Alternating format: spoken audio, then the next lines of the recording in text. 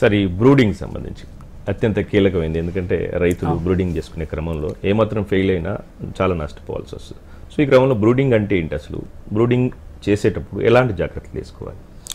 Brooding అనేది ముఖ్యంగా ఏమవుతుందంటే చిన్నపిల్ల దశలో కోడిపిల్లలు గుడ్డు బయటకు వచ్చిన తర్వాత ఈకలు అనేవి అధిక మొత్తంలో ఉష్ణాన్ని వచ్చేసి నిరోధకంగా పనిచేయవు, అంటే తక్కువ.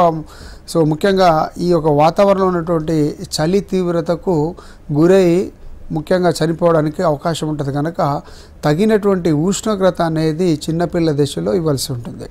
ముఖ్యంగా ఈ ఉష్ణోగ్రత ఇచ్చేటప్పుడు కూడా రైతాంగము అది ఎక్కువ మొత్తంలో ఉందా, సరి సమానంగా ఉందా, తక్కువ ఉన్నదా అన్నదానికి ముఖ్యంగా మనం ఏర్పాటు చేసినటువంటి ఉష్ణ గొడుగు ఉంటుందండి. ఆ ఉష్ణ గొడుగు కింద ముఖ్యంగా పిల్లలన్నీ కూడా ఆ ఉష్ణ గొడుగు కిందకి మొత్తం వస్తే అప్పుడు చలి తీవ్రత ఎక్కువ ఉందని చెప్పేసి అప్పుడు ఒకవేళ మనం 100 వాట్స్ బల్బులు వచ్చేసి వాడితే ఒక 4 ఉంటాయండి. ఒక్కొక్క ఉష్ణగొడుగు కింద దాదాపు మనకు 4 బల్బుల వరకు అరేంజ్ చేసుకోవచ్చు. అలా ఒకవేళ సరిపోకపోతే మనము 200 వాట్స్ చేసుకోవాలి. లేదు ఒకవేళ ఆ ఉష్ణగొడుగుకు చాలా దూరంగా పోయే పిల్లలు అనుకుంటే అప్పుడు మనము ముఖ్యంగా వచ్చేసి ఒకవేళ మనం వాడేటువంటి వాట్స్ని బట్టి తగ్గించుకోవాల్సి ఉంటుంది.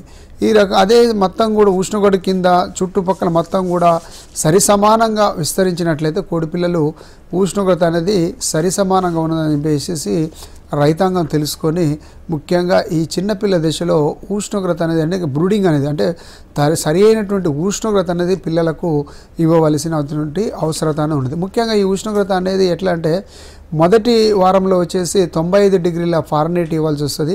ప్రతి వారం కూడా ఒక 5 డిగ్రీల ఫారెన్హీట్ తగ్గించుకుంటూ ఇట్లా మనం బయట ఉన్నటువంటి వాతావరణ పరిస్థితులను బట్టి అంటే ఎండాకాలం చూసుకుంటే దాదాపు 3 నుండి 4 వారాల వరకు ఇవ్వాల్సి ఉంటుంది. అదే చలికాలం చూసుకుంటే దాదాపు 6 వారాల దాకా కూడా మనం ఉష్ణోగ్రత అనేది పిల్లల దశలో ఇవ్వవలసి ఉంటుందండి.